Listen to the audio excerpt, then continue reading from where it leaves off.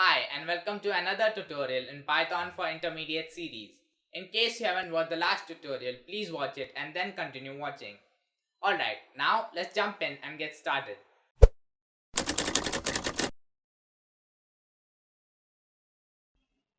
In this tutorial, I am going to talk to you guys about nested loops in Python. Using a nested loop in Python means adding a loop inside another loop. With this technique, we can do amazing things. Imagine we want to generate a combination of a and b value. Let's say 1, 2. Now let's say we want to generate a list of combinations like 1, 2, 1, 4 and 1, 6. Next, we will change the value of a and we will use the three values of b like 3, 2 and 3, 4 and 3, 6. So here you can see we are only using a set of odd numbers for a and only a set of even numbers for b. We can easily generate these values using nested loops. So we start by one loop. Let's say for a in range 1, 8, 2. With this loop, we can generate the values for a. Let's print a. So we get all the odd values from 1 to 7. For each a like 1, we need to generate a b value. So that is where we use a nested loop. So inside this loop, we will add another loop. Instead of printing a, we want to add another loop for b in range 2, 8, 2. Now we can print a and b together. So here we use a formatted string to display the coordinates like this. Print and inside the parenthesis f. Now add quotations. Now inside that again add parenthesis. Now add curly braces and type a. Add a comma. Again add curly braces and type b. Let's run this program and see what we get. So there you go, we have these combinations 1, 2, 1, 4, 1, 6 and then 3, 2, 3, 4 and 3, 6 and so on. So let me explain exactly how this program gets executed. So in the first iteration of our outer loop, a is 1. Now here we are on the loop 2, which we call an inner loop. In this inner loop, the first iteration b is going to be 2. So we print 1 and 2 on the terminal. So next we again go to the inner loop where b is incremented to 4.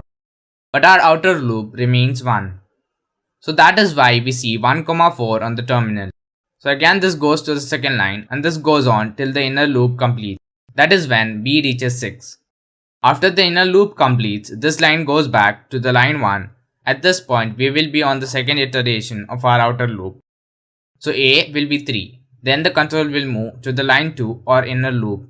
At this time, our range function is going to generate all the even values from 1 to 8. So this inner loop will be executed 3 times. Then we will go back to our outer loop.